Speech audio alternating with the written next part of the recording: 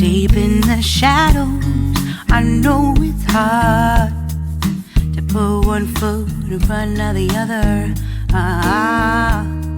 So far as the echo, where do we start? You can learn to discover a million stars. Here in the shadows, I know you're scared. So how to rebloom your Dendrobium orchids? Paano nyo mapabulaklak ulit ang inyong mga Dendrobiums? In my case, I use the Bloom Booster Fertilizer once every 2 weeks.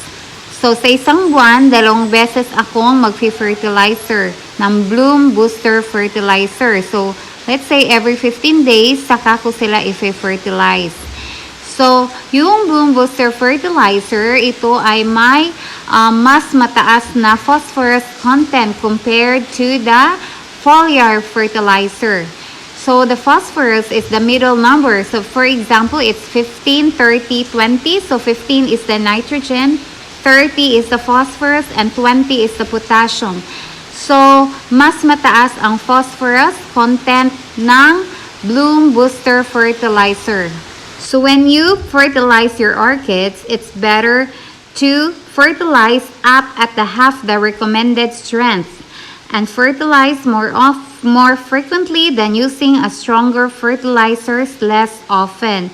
So if you are fertilizing every week, make sure to water your orchids a day before to flush the excess fertilizer salts from the potting media. So kung every week kayo mag-fertilize, make sure a day before you fertilize your orchids again, make sure to water the potting media or yung whatever media you use, water it, diligan nyo ng mabuti to make sure na ma-flush kung anumang salt, fertilizer salts na nakadikit doon.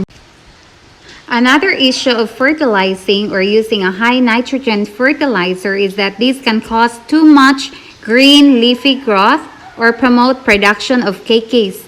So, instead of producing further blooms. So, kung yung problema ninyo ay hindi namumulaklak ang inyong mga Dendrobium orchids, then probably yung ginagamit yung fertilizer is a foliar fertilizer, yung mas mataas ang nitrogen content. Kaya, instead na mamulaklak siya, so ang ginagawa niya is nagde-develop siya ng mas greener na dahon, mas green na dahon at tumataba ang inyong Dendrobium orchids at nagpo-produce ito ng mas maraming baby instead na bulaklak. So, yun yung problema pag lagi kayong gumagamit ng high nitrogen fertilizer, instead na mamulaklak ang inyong Dendrobium, ay tataba lang ito. Once blooming has finished, increase watering, begin regular fertilizing, and ensure it gets plenty of bright light to maximize its growth. So make sure, piliin nyo ang lugar kung saan nyo ilalagay ang inyong mga Dendrobium. Kailangan yung maliwanag. It gets, at least it will get the average of 70 to 80% sunlight. So ganun yung sa akin. Kaya, so far, I can see blooms all year round. Wala naman akong problema. So, yun lang ang ginagawa ko sa aking Dendrobiums. After nila mamulaklak, after they finish flowering, then I'll start giving them the foliar fertilizer. Yun yung high nitrogen content fertilizer for about 2 months. So, pahinga mo na sila sa bulaklak. Pag bubulaklak ng 2 months, Then after 2 months, I'll start giving them the Bloom Booster Fertilizer once every 2 weeks until I see blooms on my Dendrobium orchids. So, yun lang ang aking simple care tips on how to rebloom your Dendrobium orchids. So again, if you want to see beautiful flowers sa inyong mga Dendrobium orchids, use the high phosphorus fertilizer at sundin nyo ang directions na nakalagay sa packaging. So, as much as possible, wag masyadong matapang ang inyong fertilizer. Mas malabnaw, mas okay kaysa sobrang tapang ng inyong fertilizer.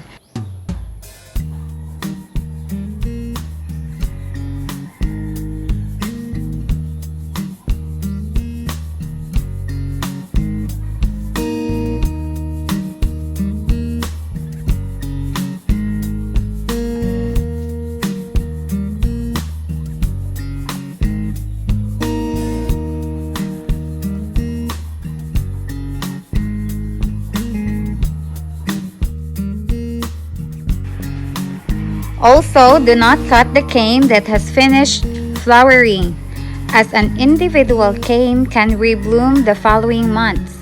So, yung mga old stem ng inyong orchids, huwag nyong putulin kasi the next month or the following months, pwede itong mamulaklak ulit just like this one.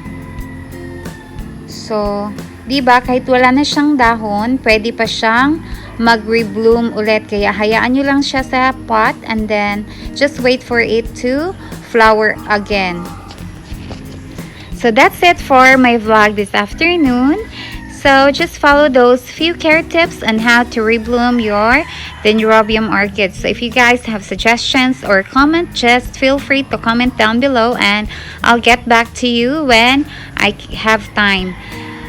Enjoy planting and don't forget to subscribe. I'll see you guys on my next video. Bye!